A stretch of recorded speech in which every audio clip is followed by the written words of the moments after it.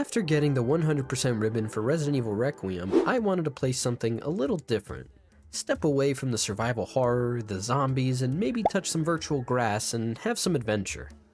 I remembered back during Sony's State of Play in February, they showed off the sequel to a game I had forgotten about from a few years ago, Kena: Bridge of Spirits.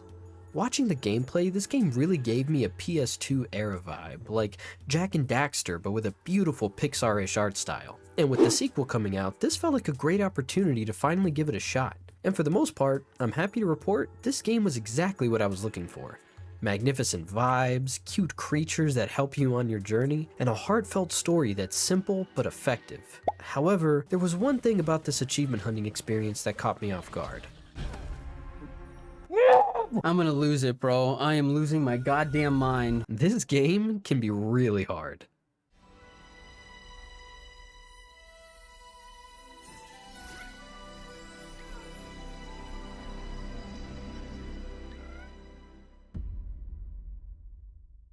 The game starts off with a bit of exposition. In this world, the dead have masks created for them to assist with the process of going to the afterlife, and get placed in sacred shrines to ensure a peaceful journey. But sometimes their spirit can get stuck and unable to move on, struggling with the tragedies of their past and thus corrupting them into violent manifestations that spread this corruption throughout the land. This is when spirit guides are needed, masters that specialize in helping these trapped spirits overcome their grievances, cleansing their corruption, and purifying the area they inhabited. Kena, our protagonist, is one such spirit guide. On her path to the sacred mountain shrine, she comes across some ruins which act as the basic tutorial section of the game.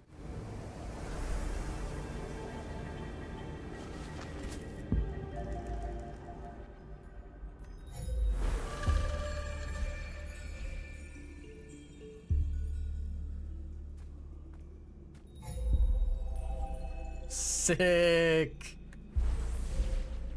Oh, hello. We got a force ghost.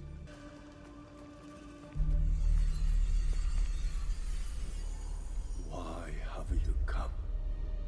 I spawned in here, man. I sense suffering here, Spirit. Do you need help? You know nothing of suffering. This is my home, my village. Turn back, spirit guide. Light attack and heavy attack. Okay, here we go. Here's where we learn the combat.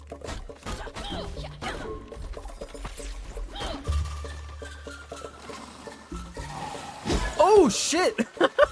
Oh, wow. Dang, one hit took out so much of my HP. I decided to play this game on Master Difficulty, the hardest level outside of New Game Plus. Now, I'm no slouch when it comes to difficult game modes. I got an S+ rank on Resident Evil 2's Hardcore mode, conquered both Inferno mode on Resident Evil 3 Remake and Resident Evil Requiem's Insanity mode without using infinite ammo. So, I went into this ready to accept the challenge. That being said, I chose this path for a reason, because there is an achievement for beating the game on Master Difficulty, which has a 2.9 collection rate on Steam. And very soon, I was going to find out why that is. Oh, man.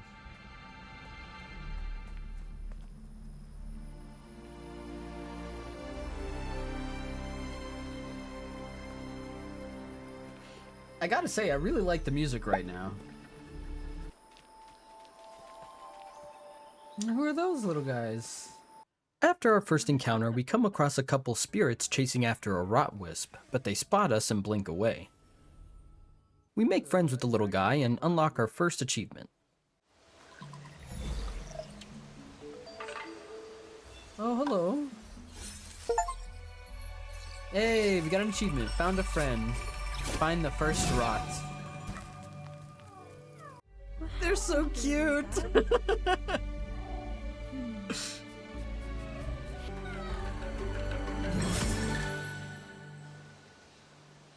We roam around the forest, finding a few more little rot guys to add to our growing collection. The more you collect, the more you'll see following you around. It's very cute. Eventually, we come across the boss of the tutorial area, and defeating him allows us to use the rot to clear the corruption and unlock the main area of the game. May you be cleansed. The two spirits from earlier show up again, realizing Kena is on the same team, and asks for her help with finding their lost brother. In exchange, they'll take her to the sacred mountain shrine afterwards. Okay, Come on. let's go help Our Taro. village is this way. God, bro, there's so much. Like, look at all the foliage. Oh, the village. Haikyo, discover the village. We clear out the corruption covering the main street of the village and meet yet another spirit hanging around the central shrine. The spirit, Zaju, explains that the village is actually tied to the energy of the sacred mountain shrine, which has since faded over the years. And now it's filled with trapped spirits that need help moving on. Taro, the brother of the two spirit children, being one of them. He gives us the mask belonging to Taro and sends us on our way.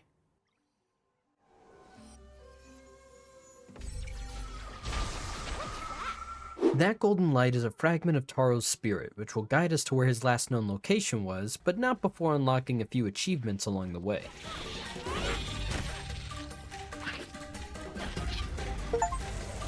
Ooh, destroy a shield stick without breaking its shield. Nice. Let's see, what else have we got here? Oh, yes, there we go. Good as new. Restore a flower shrine. We find Taro's location, and putting on his mask allows us to catch bits and pieces of his memory. Taro has forgotten who he is, and will need to find 3 relics that belong to him to help him remember. This will be a pattern going forward. Because the forest is so big, the kid suggests going to see a man named Mr. Rusu to help narrow down the search. Into the woods, discover the forest. We make our trek up the mountain and meet Mr. Rusu. He talks about how Taro lost his parents when the village was going through a great famine and how he had to take care of his brothers on his own. He regrets he didn't do more to help at the time and that he can't help clear any of the corruption in the forest now. So, to make up for that, he teaches us how to use our staff as a bow and arrow. Man.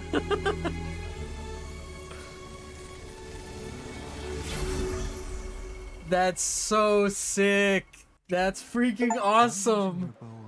Hunter in the forest, learn the bow ability. Rusu has a few target dummies and timed runs you can do around his place to train with the new ability, and then we continue to the location of the first relic. Each relic has some kind of special encounter to overcome, and I'm happy to say 2 out of 3 of these I was able to obtain with little to no difficulty. And managed to pick up the achievement Rot Commander for using 5 Rot actions in a single combat as well. The third relic, however, this is where the difficulty of the game mode really started to show itself. Oh my god! Bro! Dude, this is ridiculous. Hit 3 enemies. Hey, Bowmaster! Hit 3 enemies with a single multi-shot. No! Oh, damn it! I got so greedy. Dude! Oh! Give me a break. This is awful. Oh my god, stop locking on. Oh my god. Dude, the lock on is so fucking annoying sometimes, bro. Dude, how is that not a parry?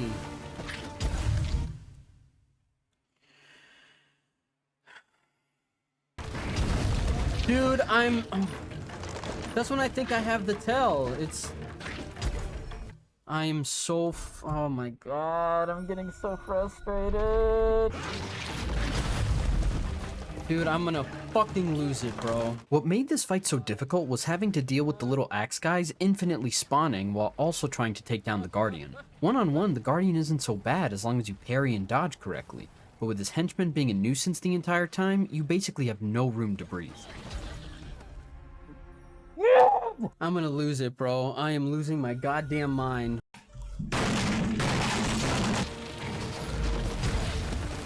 Dude! I fucking hate this fight. I hate this fight. I hate this fight. Oh my god, the little guys! Give me a break, man. Give me a chance to breathe.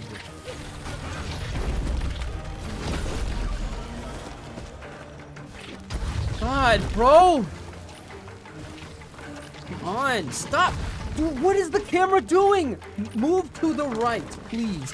Stop locking on. Oh my... Eventually, after several attempts, I managed to beat them, just barely. Don't get greedy, don't get greedy, don't get greedy.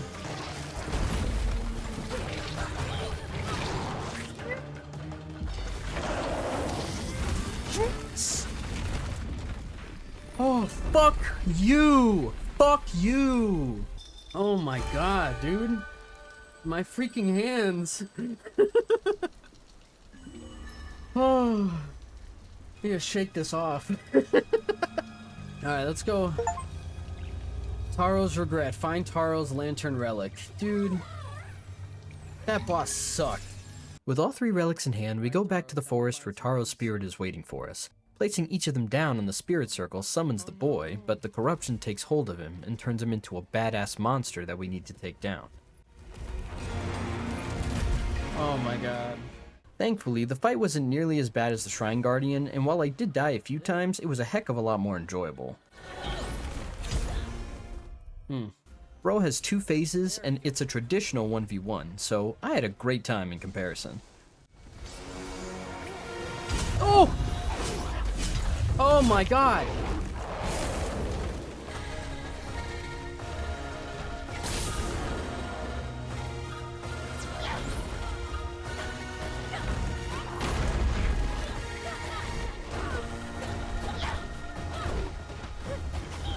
Oh my god, did I just bug him?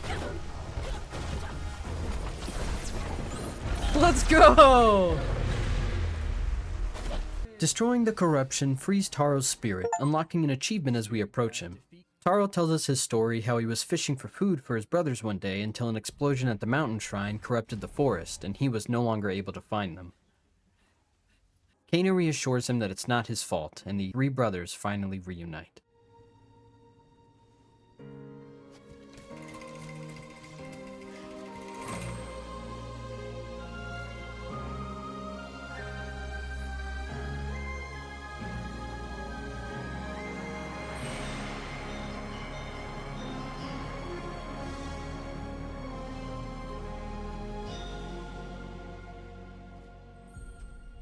I'm sorry, Kana. We can't take you to the mountain shrine. Oh. It's okay. You have to go now.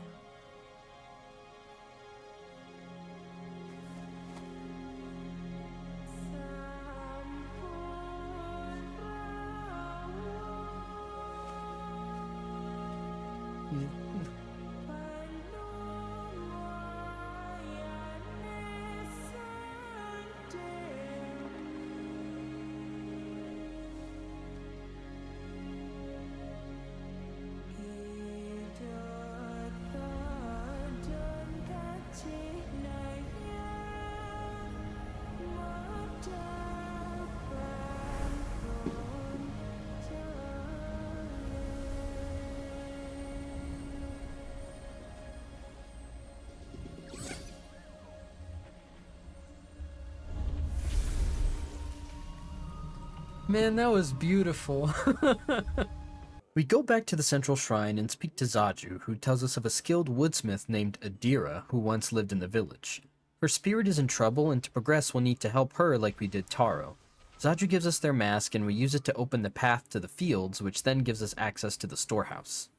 Inside the storehouse we find a big stone door that acts as the entrance to the farm where the troubled spirit resides. Only it doesn't have enough power to get it open. We then meet another spirit who's familiar with Adira, who claims that together the 2 of them were able to capture the energy of the mountain shrine, as the woodsmith believed they could harness that power of the land to sustain the village.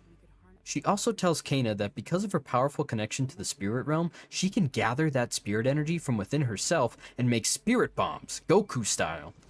Okay, maybe not Goku style, more like Krillin style, but still.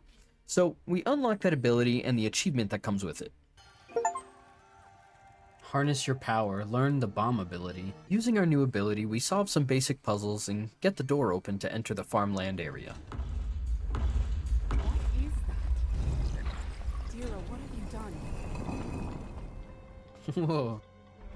Whoa.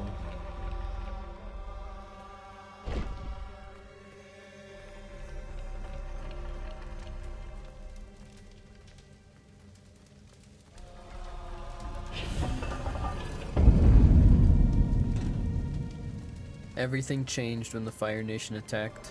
We locate the spot of Adira's spirit, catching glimpses of her memories and unveiling the corruption upon the land.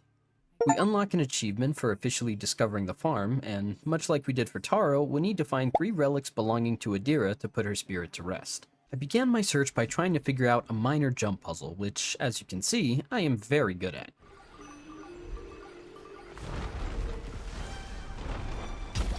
Ah! The game is filled with these environmental puzzles that I just love, and it reminds me a lot of the ones you'd find in something like God of War. Eventually, we come across the entrance to some ruins at the base of the tower, and I am met with my biggest challenge yet.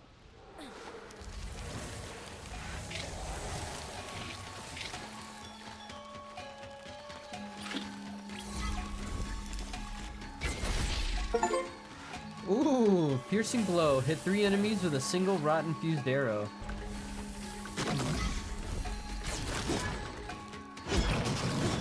Ooh. Okay, alright. Is there any healing, maybe? That's no.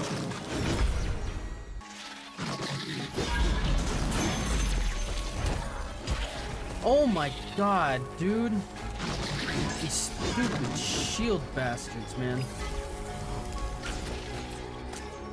Alright, come on.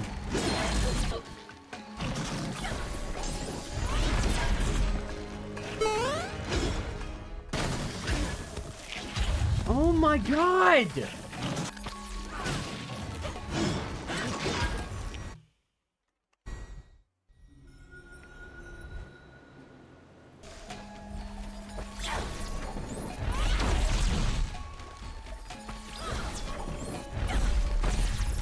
Oh, come on. Oh my god.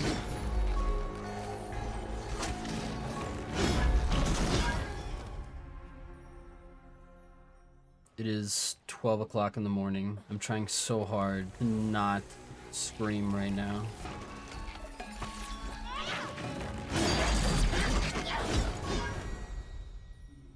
Why did the parry not... What? The parry hit? Why were you not stunned? Oh, this game, bro. This fucking game, dude.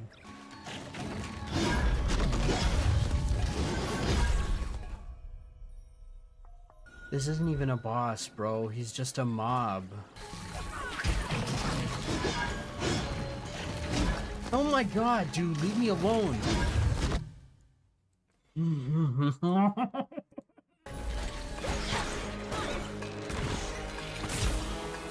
know what? I can't. Let's just reload.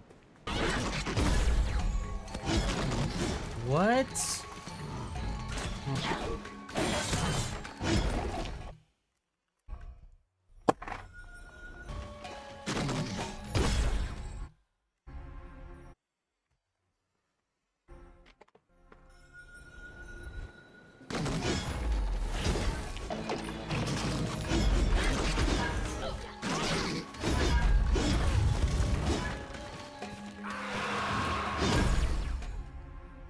Would it kill them to give me just a little health pack, like something? Just give me one plant. That's it. That's all you have to give me, please.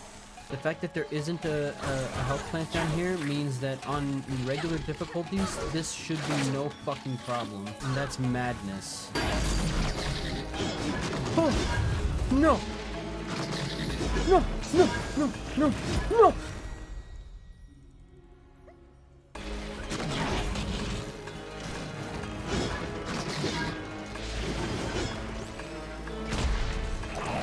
Yes! Yes!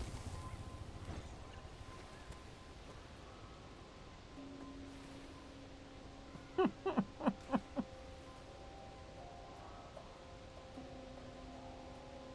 wasn't even a boss. Dude, fuck this game mode. Thankfully, my experience with the rest of the area wasn't nearly as bad. We clean up some of the corruption in the ruins, finding one of Adira's memories and seeing that she and the other spirit really were friends. Very good friends. And then we uncover Adira's first relic.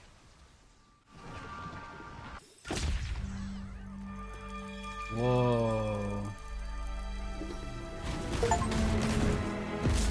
Adira's love. Find Adira's ox relic. Rufus, you're okay. I can't believe it. What are you doing, big guy? Oh, that's baby. The ox opens a path up the mountain for us, and following it leads us to Adira's workshop, though it's covered in the corruption now. Defeating the enemies there grants us another relic and unlocks another achievement.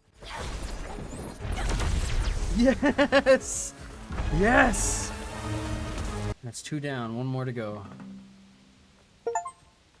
You guys, this game has been so deceptively difficult. On the hardest difficulty, mind you, right? Like, if I was playing on normal, it would be a very pleasant gaming experience, I'm sure.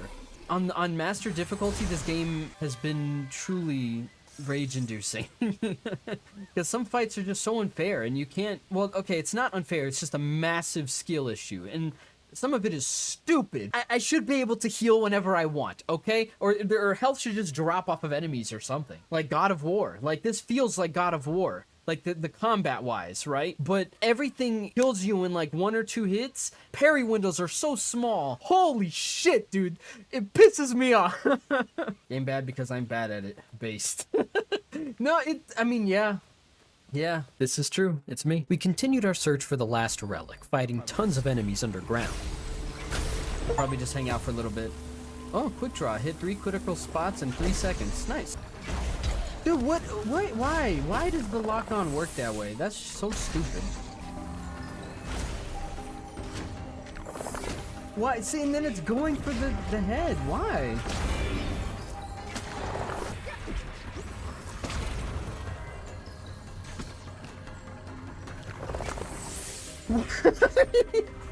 Eventually, we come across the chamber where the relic is being kept, and instead of a boss fight, it's more of an obstacle course we need to complete to reach it.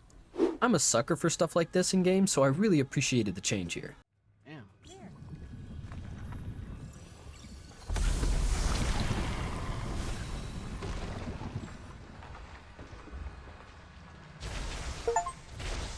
Above ground, we meet up with Hana. Now that we have all 3 relics, we make our way back to where her spirit resides and lay the relics where they need to be.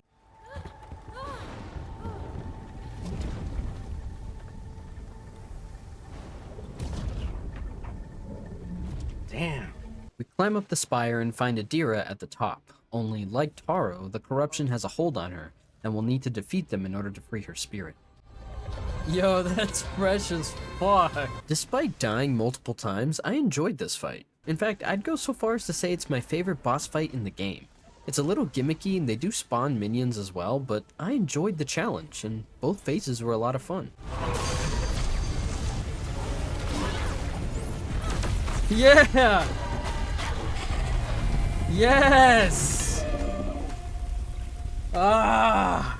May you be cleansed. After defeating her, Adira tells us her story. She and Hana found a way to use the village heart to harness the power of the mountain, but that power began to fade. As we know, the village was going through a famine, crops failed, and people were getting sick. Hana set out to find food and supplies for everyone, but months passed and she never returned. So to help Hana find her way back, Adira removed the village heart from the ruins below the village and built a lighthouse to act as a beacon. But as she was climbing up, the explosion at the mountain shrine happened and made things a little more difficult.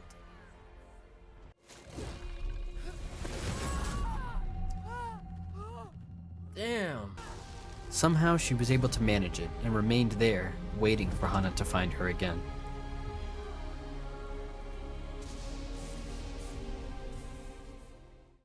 Kena helps her realize that the bond she shares with Hana is strong, and it will always tie them together, no matter what, as the two reunite at last.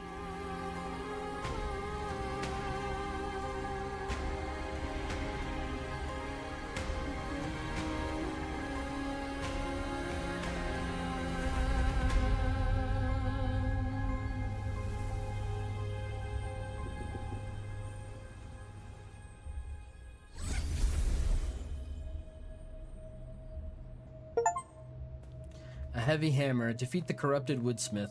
That's 2 down. I decided to do some side stuff to take a break from the main story.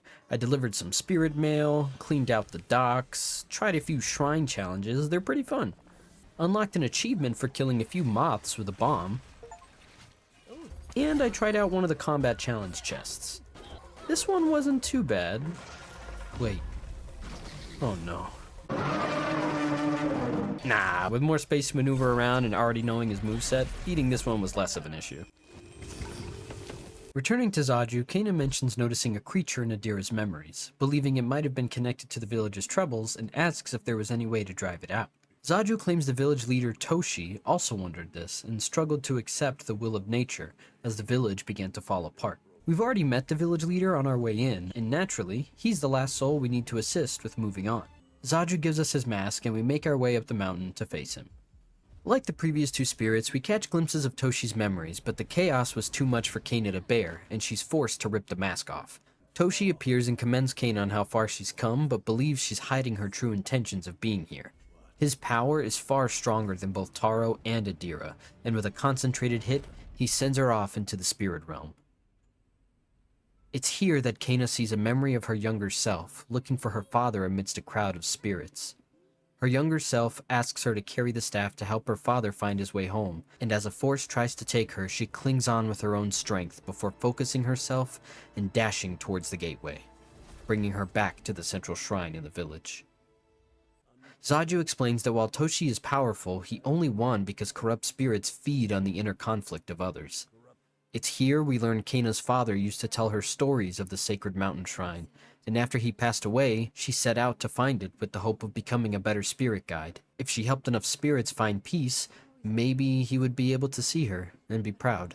Zaju then mentions she wasn't the first spirit guide to show up and try to fix all of this, but she's the only one to have made it this far, and believes her father would be proud of who she's become. Who are we supposed to be helping? Oh, right. You know the drill by now. To free Toshi's spirit, we'll need to find 3 relics of his before facing him, and he's hidden them all in the spirit realm. Thankfully, this won't be an issue, since Kana now has the ability to cross over when she needs to. Oh, and we get, hey, there we go, crossing over. Learn the dash ability. Just like before, each relic has you complete some kind of special encounter, and I actually managed to get the first 2 pretty easily. God, I love the dash ability.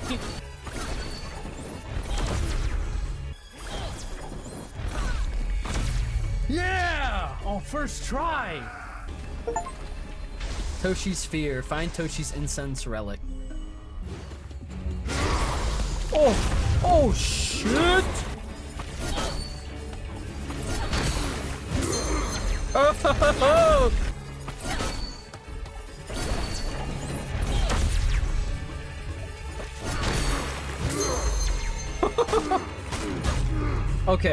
Okay, I may be cracked at this game now. The designs look so cool though, these enemies that we've been fighting here.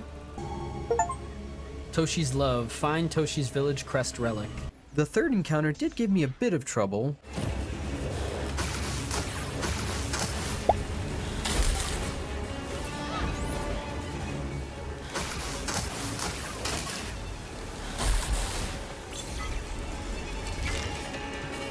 God, she's so fast.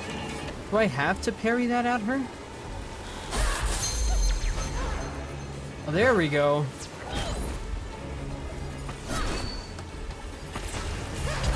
Ouch. Yeah! And I see the vision of the fight. I've got her moveset. I've got it. Oh, no I don't. No I don't. What a fool I am. My greed, I'm disgusting. But after a handful of tries, I was able to beat them as well.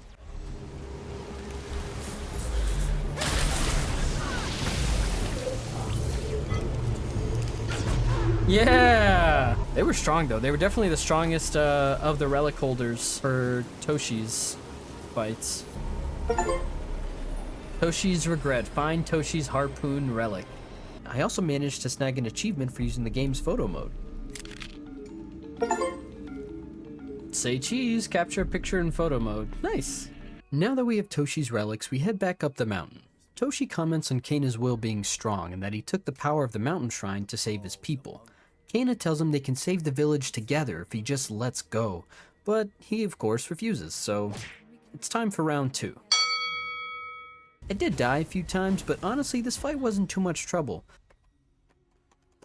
He's the only big boss to not have a phase 2, and while this initially surprised me, there was a very good reason for this. Come on, die. Yes, this is it.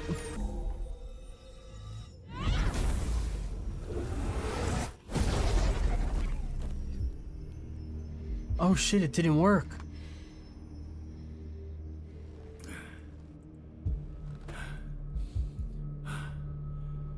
Together, the Rot are quite powerful. But I have faced them once before.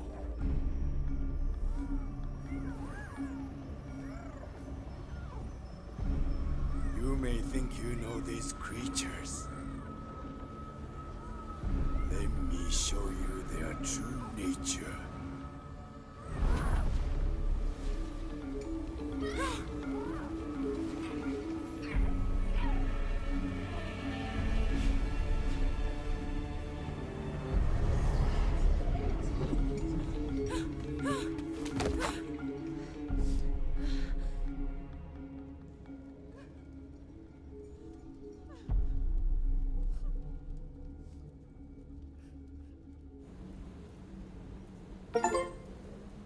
A leader walks alone. Defeat corrupted Toshi. Oh. The lonely path to reach the mountain shrine.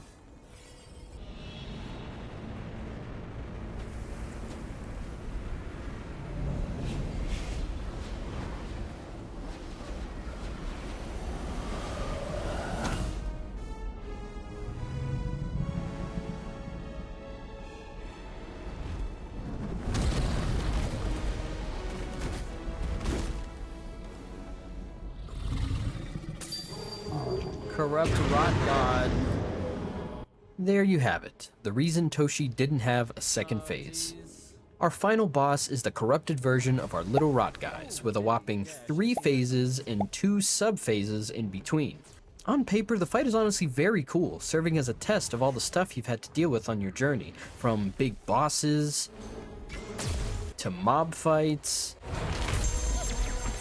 Yeah! hell, even the platforming.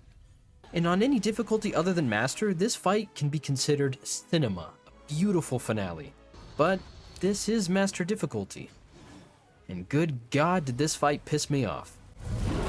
No! Oh my god! Oh my god! This fight is too fucking long. There needs to be a checkpoint. For as long and epic as this fight is supposed to feel, it's held back by the fact that they don't have checkpoints between the phases. So if you die at any point in any of the phases, you start all the way back from the beginning. Which I did, over and over and over again. The main thing that was getting me after a certain point was in the final phase. He has these pikes on his back that I had no idea how to use to hurt him. And meanwhile, he's spamming AoE attacks, and other mobs are also around trying to attack me as well, so I'm dodging like 20 different things at a time. Ooh, triple tap. Oh god. I did feel pretty stupid after I found out how you're supposed to attack the rods, but in my defense, that indicator is really small. Oh, there they are. By the time you reach the final phase of the fight, you regain all of your rod companions. My boys! And you use them to attack the pikes. One more, one more, one more. Once you get all 3, that's it. He's donezo. Yes! Yes!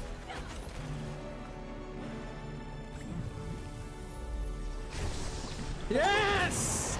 Woo! Restore balance, defeat the corrupted rock god, kiss my ass, get purified, bitch! Woo! Thank you so much for your support, Dark. I appreciate you so much. I appreciate that, man. The fight did not need to be that long. Fuck that fight. Really cool, really awesome on Master difficulty. Kiss my ass. Hey, Magic, how you doing? Thanks, man. I appreciate that. We finally have a calm talk with Toshi, and he tells us his story. The mountain shrine's power gave life to the village and its ancestors for many years and had a powerful connection to the spirit realm. So when the famine struck and everything began to decay, Toshi couldn't understand why. The burden of leadership weighed heavy on him, feeling like he failed his people as life slowly began to fade from the village. Toshi argued with Zajuro, who I've been misnaming this whole time, that the rot creature needs to be dealt with, as it arrived around the same time their problems began. But Zajuro argued that the creature was connected to the balance of the land. The villagers had overused the resources of the mountain shrine, and the rot creature is part of the natural cycle to begin healing the land. Zajuro suggests moving on to find a new home, but Toshi disagrees violently, and instead faces the rot god head-on, blaming it for the village's troubles. In his anger, he attacks the creature and kills it, causing the explosion at the shrine and inadvertently killing everyone in the blast. Toshi understands that his fear caused him to destroy something beautiful, and that if he had just listened to Zajuro's warnings, so many people could have been spared.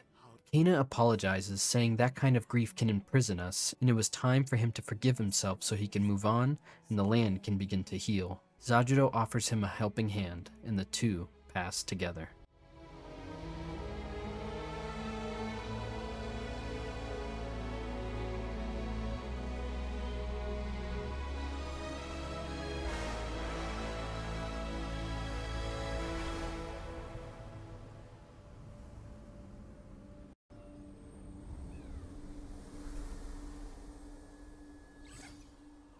Goodbye, Kana. There is only one spirit left for you to help.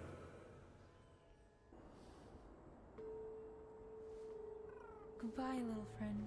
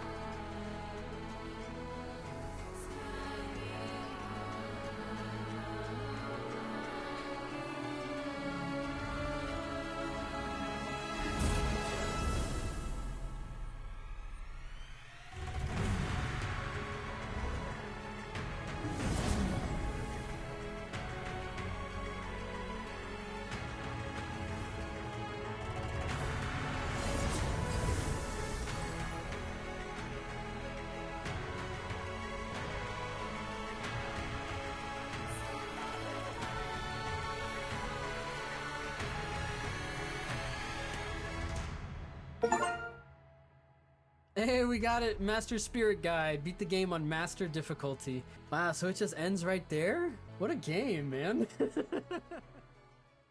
I started this game hoping for a chill and wholesome adventure, and while it still was that at times, this game is so much more than that. The story of grief and acceptance isn't exactly new or groundbreaking, but the way it presents itself is very satisfying and emotional. Even Kana herself goes through a similar arc as the spirits she saves, dealing with the loss of her father and finding growth in helping the village he always told her about. It's very beautiful. That, coupled with a visually appealing art style, fun gameplay, and an absolute beauty of a soundtrack, this game was truly something wonderful, and I am so looking forward to playing the sequel.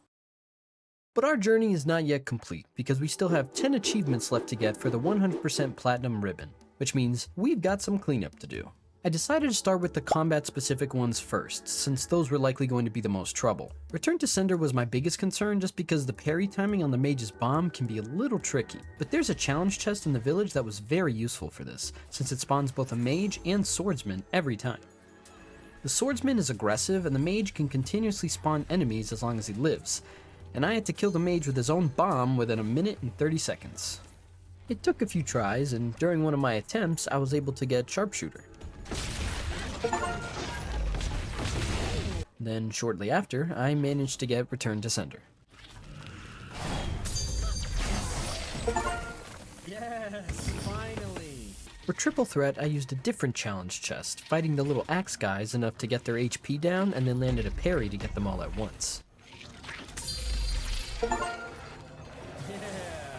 Now it was time to work on the collectibles. There are a total of 210 collectibles in the game, and it's really not as bad as it sounds because I got most of these on my initial playthrough. I like to explore, what can I say? These collectibles are broken down into rot guys, hats, flower shrines, spirit mail, cursed challenge chests, and meditation spots, which happens to be the first achievement we got out of the bunch.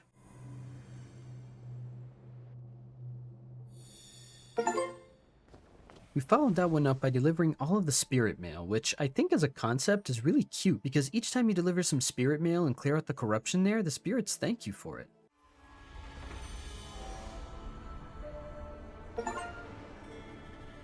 The one for the cursed chest was the most challenging, for obvious reasons, since I was still playing on master difficulty. The last chest I needed was a timed trial where I had to beat 30 enemies in 1 minute and 15 seconds, and I really had to work for it.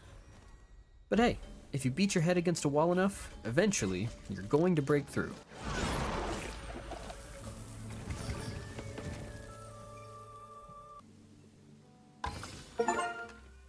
Eventually, I got the achievement for collecting 50 hats, and then the one for the flower shrines right after. And last but not least, the achievement for getting all 100 rot wisps. I can never say it.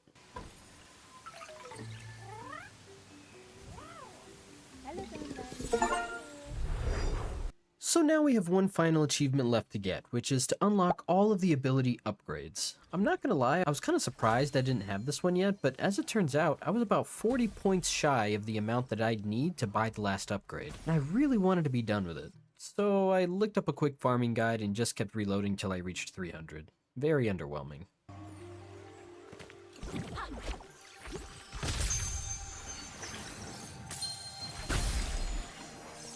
There we go. Okay. This is it. Once we buy this, that's the last one. That's the last achievement. Here we go. Skillful Spirit Guide. Unlock all ability upgrades. And we got the 100%. Yeah! Ah, yes! Thank you guys so much for watching. Despite my complaining of certain encounters, I really did have a lot of fun playing this game, and I do recommend trying it for yourself. Though, maybe don't play it on master difficulty the first time. Enjoy the story and experience in its entirety. Unless you're crazy like me and you enjoy a good challenge, then Godspeed, gamer. I'm gonna give the game a solid 7 out of 10, and if you liked this video, please consider giving it a like and subscribing for more. And maybe check this other video out if you have time. But that's all for now, so I hope you have a good day, and I'll catch you on the next one.